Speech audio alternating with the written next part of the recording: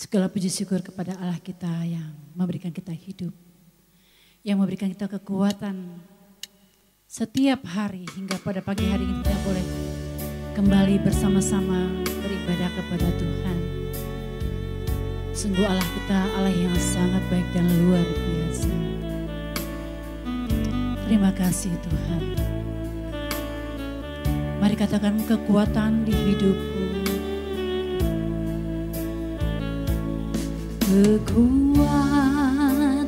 di hidupku,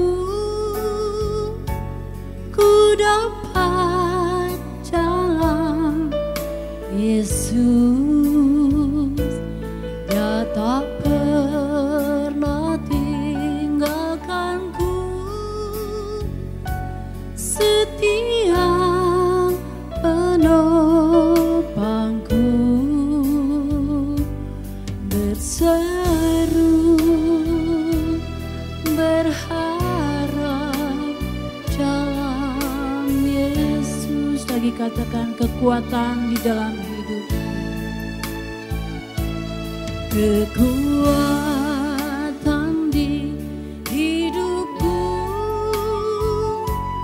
ku dapat jalan Yesus, Dia tak pernah tinggalkanku, setia menopangku. Berseru berharap dalam Yesus. Ajaib Engkau Tuhan, ajaib Kau Tuhan, penuh kuasa, sanggup pulihkan keadaanku. Dalam tangan-Mu seluruh hidupku tak akan goyang selamanya.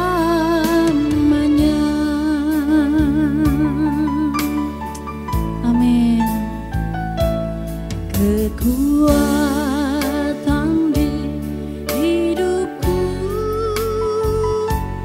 ku dapat jalan Yesus,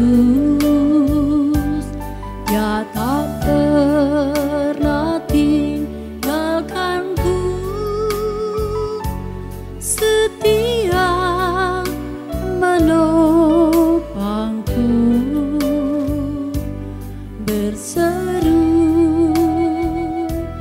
berharap jalan Yesus. Ajaib Engkau ya Tuhan, ajaib Kau Tuhan, penuh kuasa, sanggup pulihkan keadaanku. Dalam tangan-Mu seluruh hidupku tak akan goyang selamanya. Ajaib Kau Tuhan, penuh kuasa, sanggup pulihkan keadaanku. Dalam tangan-Mu seluruh hidupku tak akan goyang selamanya. Tak akan goyang selamanya. Tak akan goyang selamanya.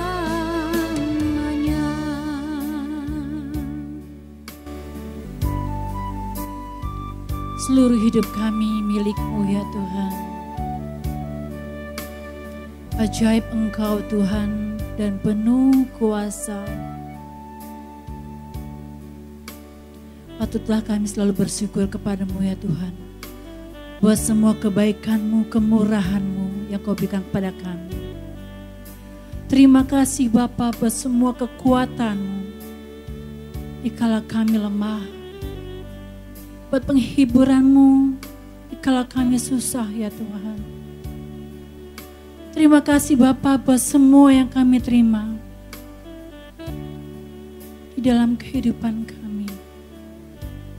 Dan kami mau katakan, Engkau selalu baik Tuhan, apapun yang kami alami di dalam kehidupan kami. Terima kasih Yesus. Kami menyerahkan semua anak-anak-Mu pada pagi hari ini ke dalam tangan-Mu. Memberkati kami semuanya ya Bapa. Memberikan kekuatan yang baru dari Engkau ya Tuhan. Yang sakit Engkau sembuhkan ya Bapa. Yang susah Engkau hiburkan ya Tuhan. Terima kasih ya Yesus. Kami menyerahkan hamba-Mu yang akan menyampaikan kebenaran firman-Mu. Engkau urapi, Roh Kudus menuntun ya Bapa hamba-Mu dalam menyampaikan kebenaran firman-Mu pada pagi hari ini. Terpujilah nama-Mu Tuhan. Kami akan buka ibadah kami pada pagi hari ini dengan penuh ucapan syukur di dalam satu nama yang hidup, nama yang berkuasa, Tuhan Yesus Kristus. Haleluya. Amin. Shalom Bapak Ibu semuanya, sukacita pada pagi hari ini. Kita kembali bersama-sama beribadah kepada Tuhan dimanapun kita berada. Kita rasakan Roh Allah hadir, kita rasakan kebaikan Tuhan yang luar biasa dalam kehidupan kita. Hari lepas hari, apapun itu yang kita alami, Tuhan selalu baik. Amin. Mari bersukacita semuanya Bapak Ibu. Haleluya. Allah itu baik, sungguh baik bagiku. Ditunjukkannya kasih setianya yang menyediakan yang ku perlukan, menyatakan kebaikan, menyatakan kebaikan, menyatakan kebaikannya padaku. Lagi katakan Allah itu baik. Allah itu baik, sungguh baik bagiku. Ditunjukkannya kasih setianya yang menyediakan yang ku perlukan, menyatakan kebaikan, menyatakan kebaikan, menyatakan kebaikannya padaku. Kasih setia, kasih setianya tak pernah berubah, dulu, sekarang, dan selamanya. Ajaiblah kuasa dalam namanya, Yesusku luar biasa. Lagi katakan Allah itu baik. Amin. Apapun yang kita alami, Allah tetap baik di dalam kehidupan kita. Haleluya. Tetap bersukacita Bapak Ibu semuanya.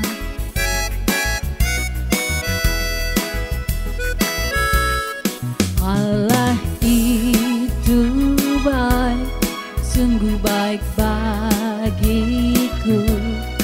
Ditunjukkannya kasih setianya, amin, yang menyediakan yang ku perlukan, menyatakan kebaikan, menyatakan kebaikan, menyatakan kebaikan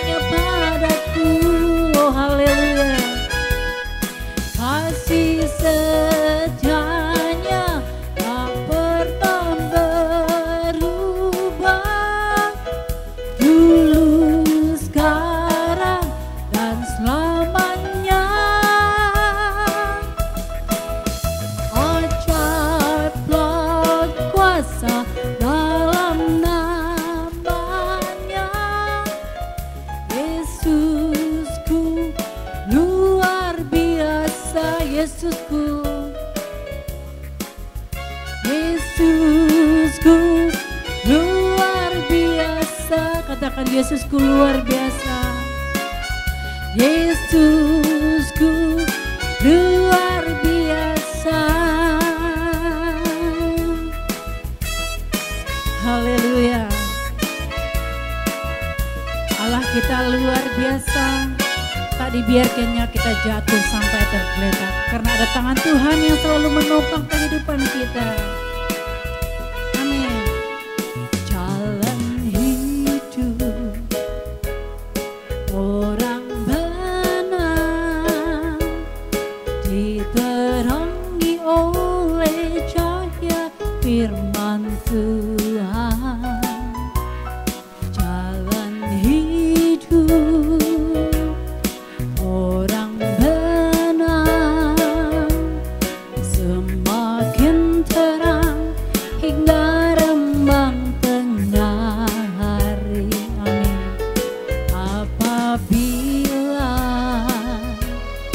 ia jatuh, tidaklah dibiarkan sampai tergeletak, sebab tangan Tuhan jua yang menopangnya.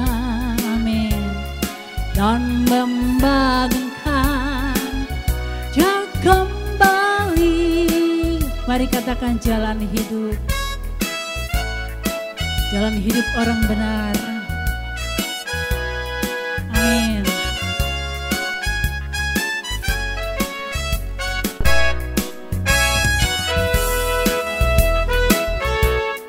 Jalan hidup orang benar diterangi oleh cahaya firman Tuhan. Jalan hidup orang benar semakin terang hingga rembang tengah hari. Apabila ia jatuh, tidaklah dibiarkan sampai tergeletak, sebab tangan Tuhan jua yang menopangnya dan membangunkan dia kembali. Apabila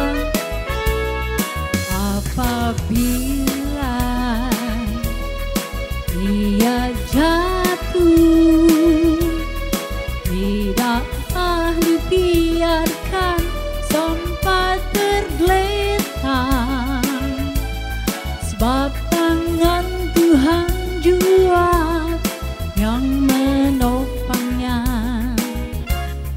dan membangunkan dia kembali, dan membangunkan dan membangunkan dia kembali, dan membangunkan dan membangunkan dia kembali. Puji Tuhan, sungguh indah berjalan bersama Tuhan. Kita akan siapkan hati kita untuk mendengarkan kebenaran firman Tuhan pada pagi hari ini. Saya undang kita semua bangkit berdiri, Bapak Ibu dimanapun berada, kita siapkan hati kita menyambut firman Tuhan pada pagi hari ini.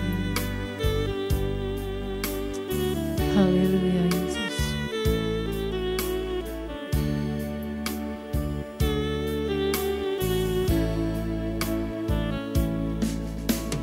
Ku bersuka cita dalam-Mu, ku bergirang karena kasih setia-Mu. Allah Bapa, Bapa, ku bersyukur padamu. Badai-badai, badai-badai telah ku lalui, gunung-gunung tinggi pun terlewati. Allah Bapa, Bapa, Kau selalu sertai. Lagi katakan, ku bersukacita. Ku bersukacita dalam-Mu. Ku bergirang karena kasih setia-Mu. Allah Bapa, Bapa, ku bersyukur padamu. Badai telah ku lalui, gunung-gunung tinggi pun terlewati. Allah Bapa, Bapa, Kau selalu sertai. Ku kenal Kau Allah tak berubah, sesuai janji-Mu dalam firman-Mu. Terbukti Kau Allah kuat perkasa, kekayaan-Mu jadi milikku. Amin ya Tuhan. Ku bersukacita dalam-Mu. Ku bergirang karena kasih setia-Mu. Allah Bapa, Bapa, ku bersyukur padamu. Badai telah ku lalui, gunung-gunung pun telah terlewati. Allah Bapa, Bapa, Kau selalu sertai. Amin. Ku kenal Kau Allah tak berubah, sesuai janji-Mu dalam firman-Mu. Terbukti Kau Allah kuat perkasa, kekayaan-Mu jadi milikku. Ku kenal Kau, ku kenal Kau Allah tak berubah, sesuai janji-Mu dalam firman-Mu. Terbukti Kau Allah kuat perkasa, kekayaan-Mu jadi milikku. Kekayaan-Mu jadi milikku. Kekayaan-Mu jadi milikku.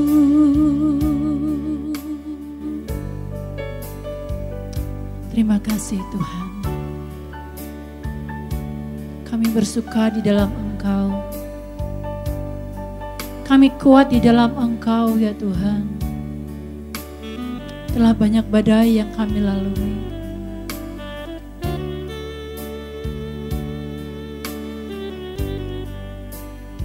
Tapi kami mau menggantungkan hidup kami ke dalam tangan-Mu ya Tuhan. Kami mau berjalan bersama-Mu ya Bapa. Firman-Mu yang menjadi kekuatan hidup kami. Firman-Mu yang menjadi pengharapan hidup kami Tuhan. Terima kasih Bapa. Urapi hamba-Mu pada pagi hari ini. Berkati semua umat-Mu yang mendengarkan kebenaran-Mu. Terima kasih Tuhan. Kami buka hati kami menyambut kebenaran firman-Mu pada pagi hari ini. Terpujilah nama-Mu Tuhan. Haleluya. Amin. Silakan duduk Bapak Ibu semuanya. Kita akan dengarkan kebenaran firman Tuhan pada pagi hari ini. Tuhan Yesus memberkati kita semua. Shalom saudaraku sekalian. Saya percaya apa yang saya akan sampaikan ini merupakan berita yang sangat penting, pesan yang sangat penting, nasihat yang sangat penting bagi jemaat sekalian. Saudara, pada akhirnya setiap kita harus benar-benar memiliki pengalaman yang khusus dengan Tuhan. Setiap kita harus memiliki pengalaman yang khusus, yang tidak dimiliki oleh orang lain, dan memang tidak akan bisa dimiliki oleh orang lain. Pengalaman dengan Tuhan yang benar-benar unik, sebab setiap kita ini memiliki karakter yang unik. Di jagat raya ini tidak ada dua orang yang sama. Setiap orang memiliki keberadaan yang unik, gen yang sangat khusus. Selain itu, setiap orang memiliki perjalanan hidup yang khusus pula, yang unik pula, tidak ada yang sama. Di jagat raya ini tidak ada dua orang yang memiliki pengalaman yang sama persis, tidak mungkin. Nah, di sini Tuhan mau berurusan dengan setiap kita secara pribadi. Nah, pertanyaannya saudara, seberapa saudara mengenal Allah dan mengalami Allah di dalam hidup saudara? Pada kenyataannya kita melihat sedikit sekali orang yang benar-benar memiliki pengalaman yang real, pengalaman yang nyata dengan Tuhan. Nah, ini disebabkan yang pertama, orang beranggapan bahwa pengetahuan tentang Allah sudah berarti mengalami Allah. Saudara, jangan berpikir kalau kita sudah memiliki pengetahuan tentang Allah berarti kita mengalami Allah. Seseorang bisa memiliki pengetahuan yang cukup mengenai kota Medan, bahkan mengerti seluk-beluknya dari apa yang dia pelajari melalui buku. Tetapi belum tentu dia benar-benar telah mengalami ada di kota Medan tersebut. Seseorang bisa belajar tentang suatu negara dan bisa mengenal seluk-beluk negara tersebut sampai menguasai pengetahuan perihal kota-kota dari negara tersebut. Tapi belum tentu dia pernah ada di negara tersebut. Nah, tidak sedikit orang-orang Kristen yang memiliki pengetahuan tentang Allah, merasa sudah mengenal Allah. Saudara, pengenalan akan Allah hanya di dalam pikiran atau secara kognitif, bukanlah jaminan bahwa dia sudah mengenal Allah. Mengenal itu harus mengalami perjumpaan langsung. Mengenal itu berarti mengalami perjumpaan langsung. Mengenal Allah itu berarti mengalami perjumpaan langsung. Nah, tidak sedikit orang-orang yang belajar teologi, ya saudara, memiliki pengetahuan yang banyak tentang Tuhan melalui sekolah tinggi teologi atau melalui seminari. Tetapi, saudara, faktanya atau fakta yang terjadi, saudara, ia belum memiliki pengenalan akan Allah secara benar karena tidak mengalami Tuhan. Tidak sedikit orang belajar teologi hanya karena mau memperoleh gelar. Juga tidak sedikit yang belajar teologi karena mau datang ke kota Jakarta. Kalau mau sekolah kedokteran tidak sanggup bayar, mau sekolah hukum tidak sanggup bayar, jangankan uang kuliahnya. Ya, perjalanan ke Jakarta saja belum tentu mampu. Tetapi kalau jadi pendeta bisa dibiayai oleh gereja, ya, diterbangkan ke Jakarta, bisa kuliah di sekolah tinggi teologi atau seminari.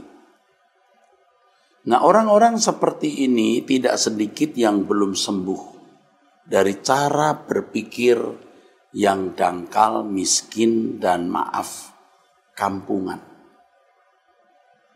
Tidak sedikit karena saya ada di lingkungan itu.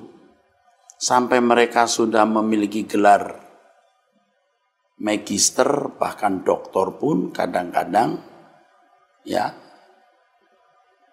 manner atau karakternya tidak sepadan dengan gelar yang disandangnya. Mereka memiliki pengetahuan tentang Allah banyak, cukup bisa membuat skripsi, tesis atau disertasi, bahkan bisa membuat karya-karya ilmiah. Tetapi saudara, mereka tidak mengalami Tuhan. Ini berarti belum mengenal dengan benar. Orang-orang seperti ini yang pada umumnya dipercayai untuk berdiri di mimbar-mimbar gereja dan berkhotbah. Nah, spirit apa, gairah apa yang bisa dibagikan kepada jemaat, saudaraku, jika orang hanya memiliki pengetahuan tentang Allah tapi tidak mengalami Allah? Di dalam pernyataan Paulus, saudara sekalian, ya, Filipi pasal 3, saudaraku sekalian, ayat 10 mengatakan, yang kukendaki ialah mengenal Dia dan kuasa kebangkitannya. Artinya mengalami Tuhan yang bangkit, mengalami Tuhan yang hidup. Nah, kalau jemaat mendapatkan inspirasi yang ternyata tidak membangun spirit atau gairah, tetapi hanya diberi pengetahuan tentang Allah, tidak heran kalau jemaat merasa cukup puas dengan pengetahuan tentang Tuhan yang diserapnya.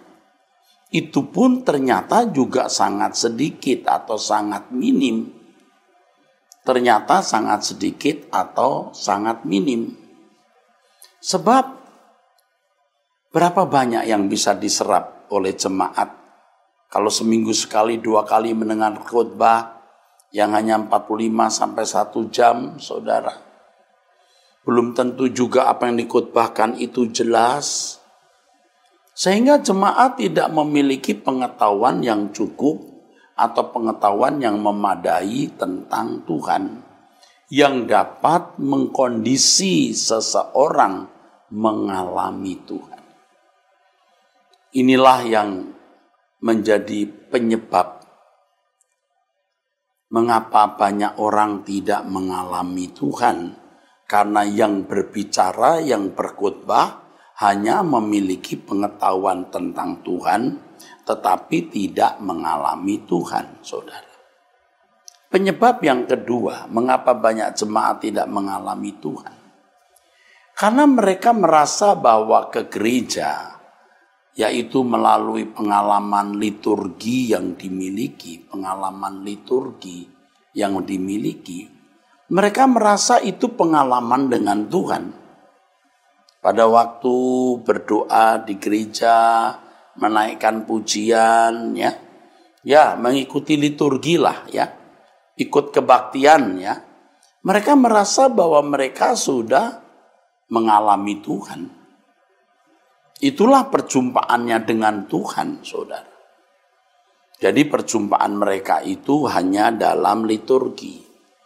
Kenyataannya di dalam liturgi mereka tidak berjumpa dengan Tuhan. Mereka hanya ikut tata cara ibadah. Seringkali tata cara ibadah itu juga tidak memberikan sentuhan sama sekali. Tidak memberikan sentuhan rohani sama sekali, saudara. Ya namanya pengalaman keagamaan, pengalaman liturgi. Mestinya kita sadar, saudaraku, bahwa Tuhan itu bukan hanya dialami di gereja. Justru kita harus mengalami Tuhan itu pada waktu kita menjalani hidup dengan berbagai masalah yang harus kita hadapi. Jadi kita harus mengalami Tuhan ketika kita harus mengambil keputusan, harus mengambil pilihan, harus bertindak, ketika di dalam keadaan terancam, ketika dalam kesulitan ekonomi, ketika menghadapi sakit penyakit, dan berbagai masalah lain. Disitulah mestinya kita merasakan kehadiran Allah. Nah, kalau orang sudah merasa bahwa ke gereja dia sudah bertemu dengan Tuhan, ia sudah terkunci di dalam kebodohan itu. Dia terkunci dalam kebodohan tersebut, saudaraku.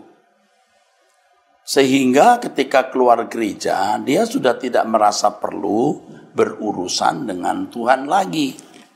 Tidak merasa perlu berinteraksi dengan Tuhan. Ya. Nah, ini penyebab yang kedua. Mengapa banyak orang tidak mengalami Tuhan, saudara? Karena yaitu merasa sudah berjumpa dengan Tuhan di gereja. Tidak heran kan ada orang-orang Kristen yang sudah belasan tahun bahkan puluhan tahun menjadi orang Kristen, tetapi miskin dalam pengalaman dengan Tuhan. Yang ketiga, mengapa banyak orang tidak mengalami Tuhan, saudara? Sebab dunia di sekitar kita ini makin fasik. Fasik artinya tidak takut Tuhan, tidak peduli hukum dan kehendak Allah. Fasik, saudaraku. Dunia sedang memasuki era nihilisme, nihilisme dari kata nihil. Nihil itu artinya tidak ada. Ya, tidak ada. Nihil. Nihilisme artinya keyakinan atau menunjuk keyakinan tidak ada Allah, tidak ada dewa atau ilah-ilah atau tidak perlu ada. Dan manusia modern begitulah, saudara. Tidak percaya bahwa Tuhan itu ada. Di negara-negara barat, ya, ironis sekali, negara-negara yang dulu mengirimkan sending atau utusan Injil ke timur, diantaranya ke Indonesia, menjadi negara-negara yang sebagian mereka tidak meyakini Allah itu ada. Ya, nihilistis. Saya pernah di luar negeri, ya, saya bincang-bincang dengan supir taksi driver. Lalu saya tanya agamanya apa. Dia berkata, I'm not Buddhism, I'm not Christian, I'm not Muslim. Lalu apa? Dia bukan Buddha, dia bukan Kristen, dia bukan Muslim. Lalu apa? I am free thinker. Dengan bangga dia mengatakan, aku ini pemikir bebas. Kalau saya berpikir Tuhan tidak ada, mau apa? Siapa yang bisa atau boleh paksa saya untuk percaya Tuhan itu ada? Iya. Saya pernah juga bertemu dengan seorang di pesawat terbang duduk berdampingan. Dia orang Eropa, saudara. Saya bincang-bincang dengan dia, lalu ketika saya tanya, are you going to church? Dia jawabnya, what for? Untuk apa? Wah. Tidak heran kalau gereja-gereja menjadi sepi. Nah, suasana nihilistis ini atau nihilisme ini, Tuhan seakan-akan tidak ada atau tidak perlu ada. Itu meracuni banyak pikiran orang, termasuk orang-orang Kristen. Sehingga mereka tidak merasa perlu mempercayai Allah, memburu pengenalan akan Allah, dan mengalami Tuhan. Nah, ini yang saudara-saudara sekalian melihat faktanya. Bahkan di negara yang bersila ketuhanan yang Maha Esa, perilaku banyak orang menunjukkan seakan-akan Tuhan tidak ada. Perilakunya itu mengesankan Tuhan tidak ada. Nah, inilah yang membuat banyak orang Kristen tidak merasa perlu sungguh-sungguh menemukan Tuhan dan mengalami Tuhan. Lalu yang keempat, ini yang paling tragis dalam lingkungan gereja. Banyak orang Kristen yang tidak merasa perlu untuk mencari Tuhan, mengenal dan mengalami Tuhan. Karena melihat perilaku yang tidak baik, perilaku yang tidak senonoh, perbuatan yang buruk dari para rohaniwan dan orang-orang yang dipandang mereka sebagai teladan, sebagai pengajar, sebagai orang-orang yang mestinya didengar suaranya, didengar nasihatnya, didengar khotbahnya. Saudara harus mengerti bahwa dari dulu selalu saja ada orang-orang seperti Yudas Iskariot yang berkhianat kepada Tuhan. Dari dulu selalu ada. Mestinya kita tidak perlu kecewa sampai kemudian meninggalkan Tuhan dan tidak percaya Tuhan itu ada. Ketika melihat perilaku rohaniwan dan orang-orang yang kita pandang seharusnya bisa memberi nasihat dan teladan yang baik, ternyata tidak. Mestinya kita tidak perlu kecewa. Selalu saja, saudara, ada orang-orang seperti Yudas Iskariot, saudara. Nah, itulah penyebab atau kausalitas mengapa orang tidak sungguh-sungguh mencari Tuhan untuk mengalami Tuhan.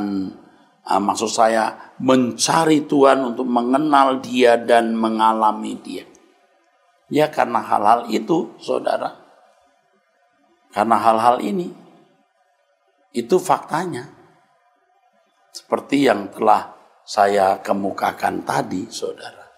Ya, mereka merasa sudah bertemu dengan Tuhan di gereja. Kalau sudah punya pengetahuan tentang teologi, rasanya sudah mengenal Tuhan. Dunia di sekitar itu nihilistis dan kecewa melihat orang-orang Kristen yang mestinya jadi teladan tidak memiliki manner atau perilaku yang baik. Itu, saudara. Ya.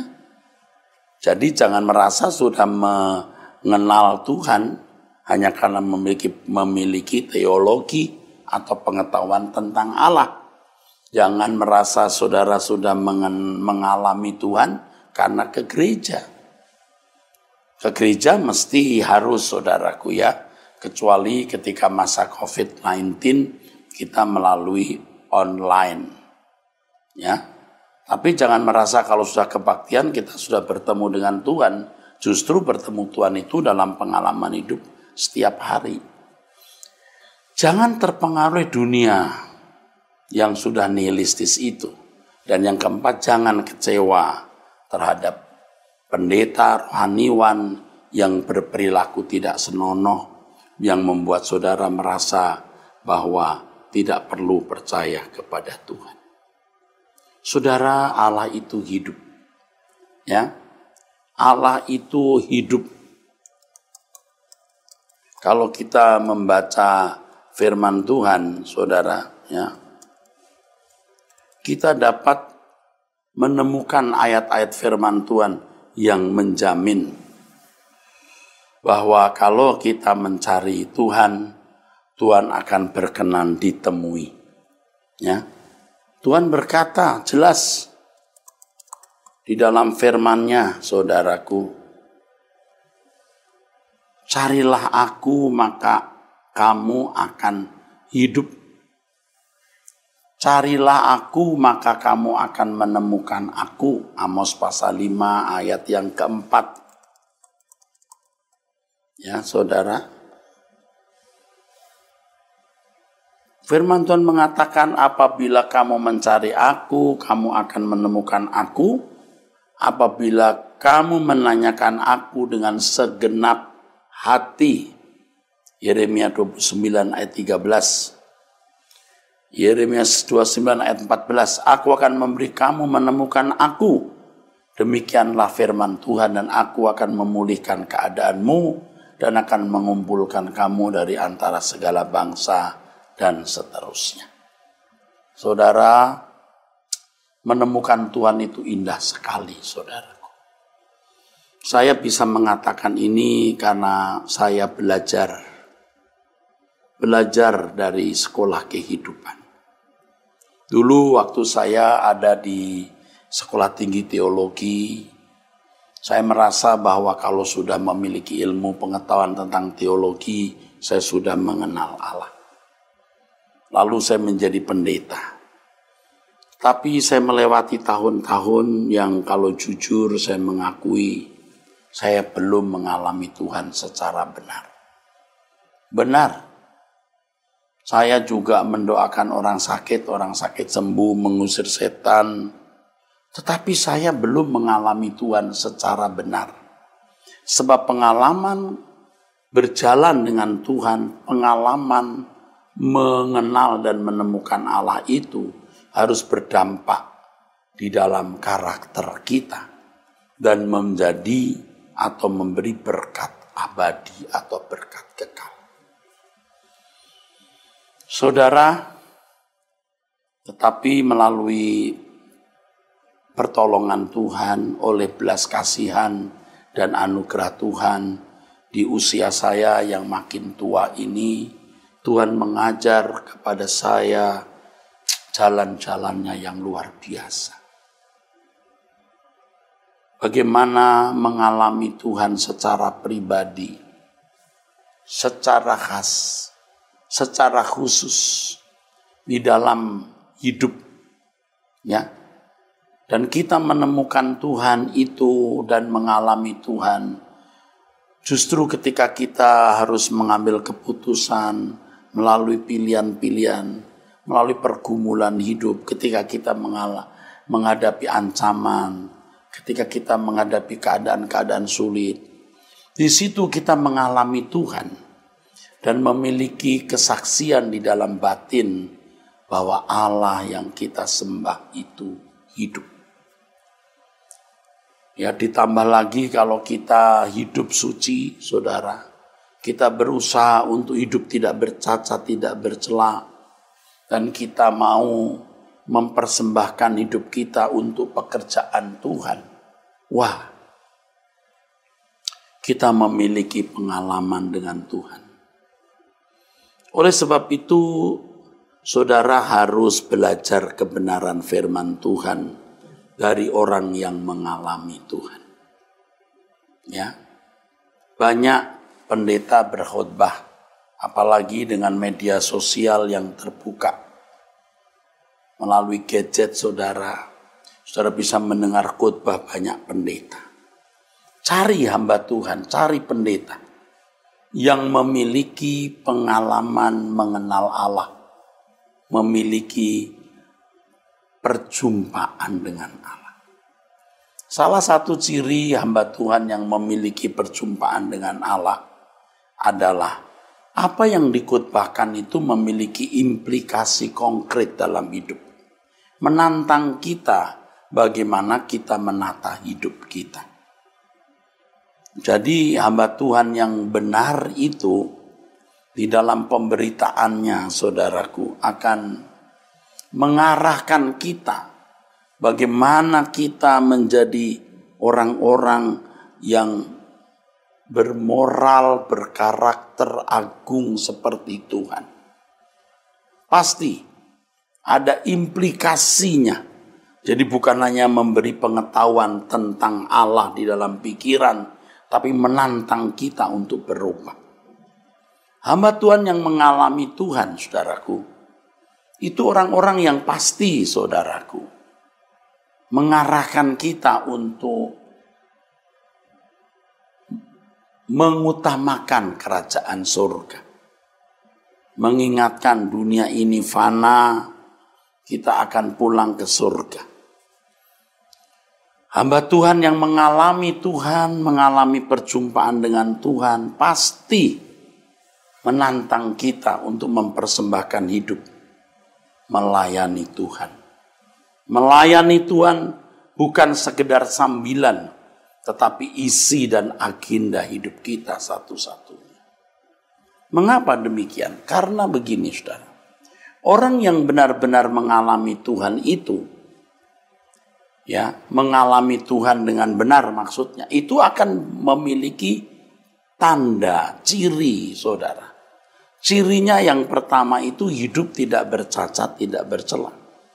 Ya, manusia tidak ada yang sempurna, bisa memiliki kesalahan bahkan kejatuhan.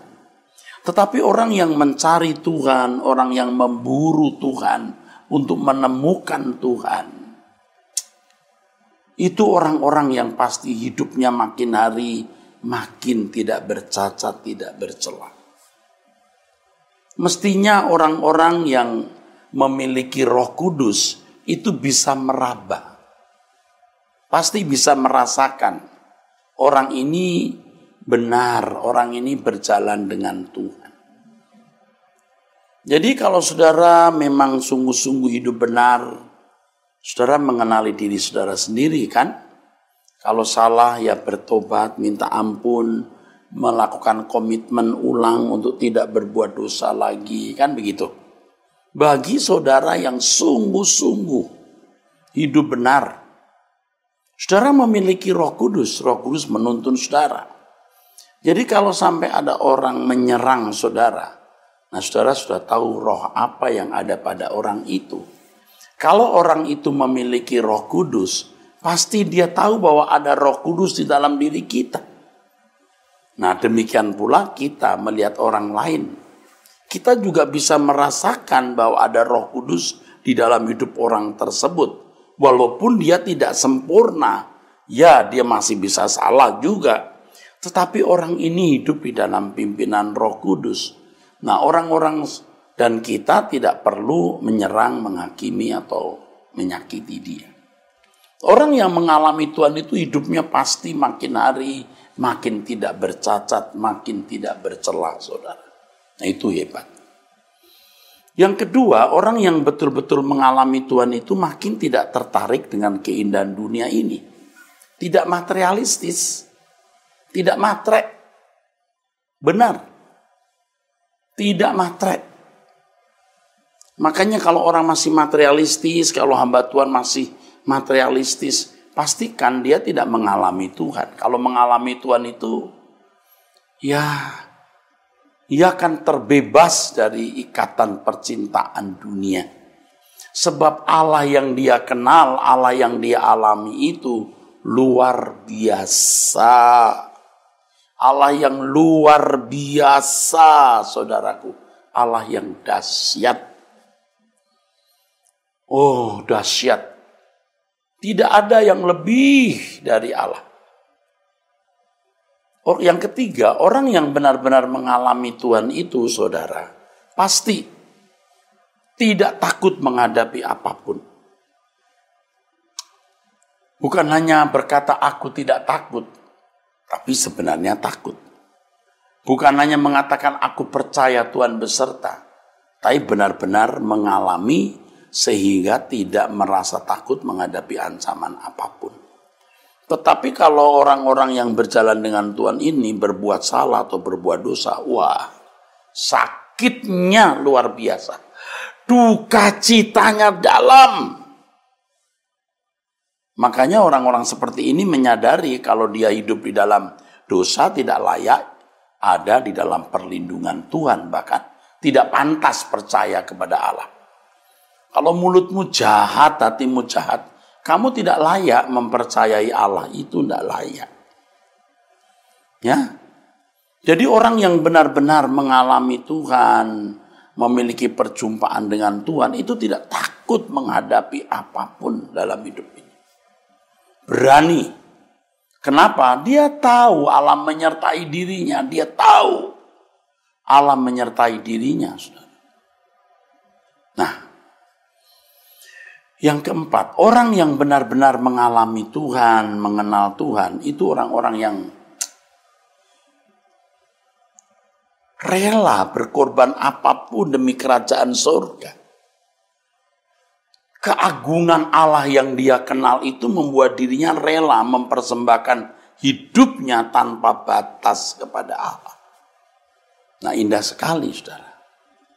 Nah, orang-orang seperti ini, saudaraku, tidak akan perhitungan dengan Tuhan, tidak akan pelit. Banyak orang sebenarnya belum mengenal Allah. Nah, itu buktinya tadi, hidupnya tambah jorok, tetap hidupnya tidak kudus, saudaraku, kelihatannya baik, tapi tidak, saudaraku.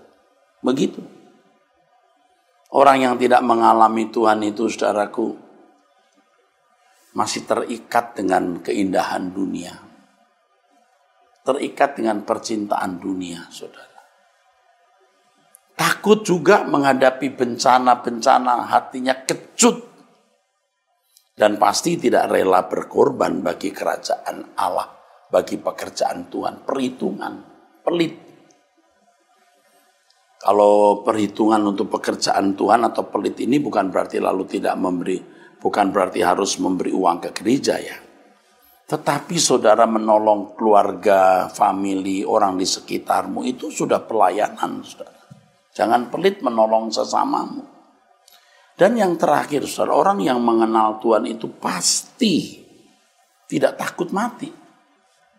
Ia tahu bahwa ia memiliki Tuhan yang beserta dirinya. Ya. Jadi kalau orang masih takut mati, itu ada sesuatu yang salah di dalam diri orang tersebut. Ada yang keliru, saudaraku. Mestinya orang tidak takut mati. Kalau sampai takut mati itu masih ada yang salah di dalam hidupnya.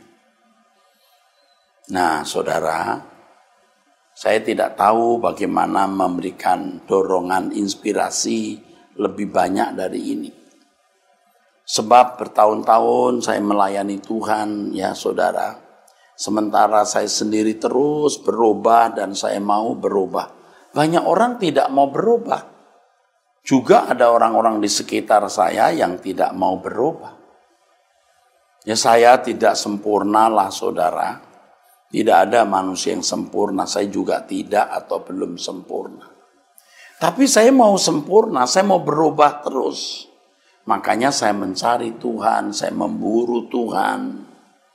Tiap hari bangun jam 4:15 untuk doa pagi. Tidak pernah absen, saudara. Satu kali pun tidak pernah. Ya, berbulan-bulan, saudara. Kok bisa, Pak? Bisa, karena dia hidupku. Aku tidak bisa hidup tanpa dia. Nah, mengalami Tuhan itu, saudaraku, harus kita dapatkan dengan belajar firman. Lalu kita harus melalui doa pribadi setiap hari. Doa tiap hari, kita menyediakan waktu untuk saat teduh. Benar-benar fokus kita hanya ke Tuhan. Saudara akan bisa kok menemukan pengalaman-pengalaman yang ilahi, yang adikodrati. Begitu, yang tidak bisa saudara ungkapkan kepada orang lain. Bisa, saudaraku. Saudara bisa mengalami itu, saudara. Lewat doa pribadi, jangan hanya doa sebelum makan, doa sebelum tidur. Saudara harus sediakan waktu khusus untuk duduk diam di kaki Tuhan. Dan saudara harus merasa bahwa itu prime time saudara, waktu istimewa saudara. Kalau saudara benar-benar menyediakan waktu dengan tulus, ini waktu kita untuk bertemu Tuhan. Bisa, saudaraku. Orang yang mengalami Tuhan itu, saudara, akan terus bertambah pengalamannya, pengenalannya. Ya, dia akan makin memiliki banyak pengalaman. Seakan-akan satu pintu terbuka, pintu-pintu lain juga terbuka. Makin kaya, makin limpah pengalaman akan Tuhan, tentu kesuciannya makin bertambah. Saudara, keterlepasannya dari ikatan dunia makin juga. Dia makin terikat dengan Tuhan, makin tidak memiliki perasaan takut menghadapi ancaman atau apapun juga. Bahkan tidak takut menghadapi kematian. Makin rela berkorban apapun juga untuk pekerjaan Allah. Mengapa? Ya, perjumpaan itu, saudara. Sampai pada titik di mana dia tidak bisa balik ke dunia. Artinya hatinya sudah melekat kepada Tuhan. Sebaliknya orang yang tidak mencari Tuhan, saudara. Orang yang terbawa oleh suasana dunia yang nihilistis ini, yang fasik ini. Sampai titik tertentu tidak bisa balik kepada Tuhan. Tidak bisa. Itu mengerikan, saudara. Kalau sampai titik tidak balik ini, mengerikan. Tapi banyak orang tidak sadar dia dalam situasi yang kritis itu. Sudah hampir mendekati titik tidak balik, tidak bisa diperbaiki. Sekian puluh tahun menjalani hidup tanpa hati yang takut akan Allah.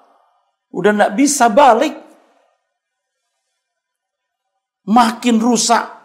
Makin tertutup pintu-pintu. Jadi pengenalannya akan Allah makin miskin, makin tertutup pintu-pintu itu.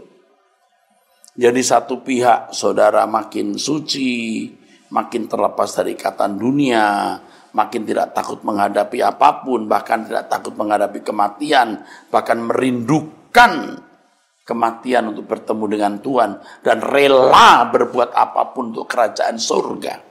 Sebaliknya ada orang yang makin kejam, makin egois, makin kecut hati menghadapi segala keadaan, dan pasti orang-orang ini takut mati pada umumnya dan hidupnya tidak sesuai dengan standar kekudusan dan kesucian Allah.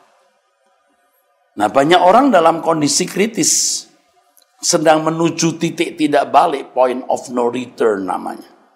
Tapi tidak sadar. Nah, saudara mungkin di antara orang-orang itu, saudara merasa diri baik-baik, loh aku memberi persembahan juga kok di gereja, oh aku juga baik-baik. Saudara belum mengalami Tuhan. Nah, inilah mestinya yang menjadi motivasi pelayanan gereja. Motivasi pelayanan gereja adalah bagaimana membawa jemaat untuk mengenal Allah. Kalau Paulus, ya saudaraku sekalian, di dalam firman Tuhan, ya saudara, mengatakan bahwa kita ini adalah mempelai wanita. Kita sedang menyongsong kedatangan mempelai laki-laki. Makanya kita harus menjadi dalam tanda kutip menjadi seperti perawan suci. Artinya kehidupan yang tidak bercacat, tidak bercela, hati yang mengasihi Tuhan. Hati yang melekat dengan Tuhan, mengasihi Tuhan melebihi mengasihi apapun dan siapapun, tidak terikat dengan dunia ini, merindukan bertemu dengan Tuhan Yesus, dan sementara hidup di dunia mempertaruhkan seluruh hidupnya tanpa batas untuk pekerjaan Allah. Sekarang saya menantang jemaat untuk berkata kepada Tuhan, Tuhan, aku mau mengenal Engkau dengan baik dan aku mau mengalami Engkau dengan benar. Tolonglah aku ya Tuhan, tolonglah aku. Sebelum aku menutup mata, biarlah aku menjadi perawan suci di hadapan-Mu, menjadi sekutumu ya Tuhan. Tolonglah aku Tuhan untuk menemukan Engkau. Dan saudara, marilah mencari firman ya. Carilah aku, kata Tuhan. Caranya apa? Belajar firman dari hamba-hamba Tuhan yang mengalami Tuhan. Lalu seperti yang tadi saya katakan ya, mendengar khutbah firman Tuhan dari hamba-hamba Tuhan yang sungguh-sungguh mengalami Tuhan. Lalu berdoa setiap hari. Menyediakan waktu untuk benar-benar bertemu dengan Tuhan di waktu-waktu khusus. Dan yang ketiga, perhatikan bagaimana gerak Tuhan melalui setiap peristiwa kehidupan yang terjadi di dalam hidup saudara, di dalam hidup saya. Saudaraku, Tuhan mau kita menemukan Dia. Tuhan Maha Murah tapi tidak murahan. Harus ada perjuangan yang sungguh-sungguh untuk menemukan Dia. Selagi masih ada kesempatan, saudaraku. Sebab kesempatan yang Tuhan berikan untuk menemukan Dia itu terbatas. Terbatas, saudaraku. Ada saatnya seperti 5 gadis bodoh mengetok pintu, Tuan, tetapi dari dalam tempat pesta itu, Tuan itu berkata, aku tidak kenal kamu. Dari mana kamu datang? Jadi selagi kita masih memiliki kesempatan, mari kita berubah. Kesempatan ini, saudaraku, anugerah yang tidak bisa kita beli. Kita tidak bisa bayar dengan uang. Ini anugerah, tetapi anugerah yang disia-siakan membahayakan sekali. Bisa mendatangkan kebinasaan. Saudara, kita bersyukur ada di gereja ini. Gereja yang memiliki pilar kesucian hidup. Gereja yang memiliki pilar kedua, fokus langit baru, bumi baru. Gereja yang memiliki pilar ketiga, memaksimalkan potensi, bertanggung jawab, hidup dengan tekun bekerja keras bagi kemuliaan kerajaan surga. Kita bersyukur di gereja ini, kita diajar untuk benar-benar mengutamakan Tuhan. Kita diajar untuk berkemas-kemas pulang ke surga. Saudara, inilah pesan Tuhan kepada saudara. Inilah nasihat yang Tuhan berikan kepada saudara pada kesempatan ini. Saya berharap saudara benar-benar mencamkan apa yang saya kemukakan. Saudara benar-benar memahami, mengerti, dan merespon apa yang saya sampaikan. agar saudara masih bisa diselamatkan di sisa umur hidup saudara ini. Demikianlah pemberitaan firman Tuhan dari saya. Kiranya Tuhan memberkati saudara-saudara sekalian. Sola Gracia. Amin. Mari kita berdoa. Bapa di surga, terima kasih untuk hari yang baik yang Tuhan berikan bagi kami. Terima kasih untuk kebenaran firman-Mu Tuhan yang Tuhan sampaikan bagi kami semua. Terima kasih Tuhan.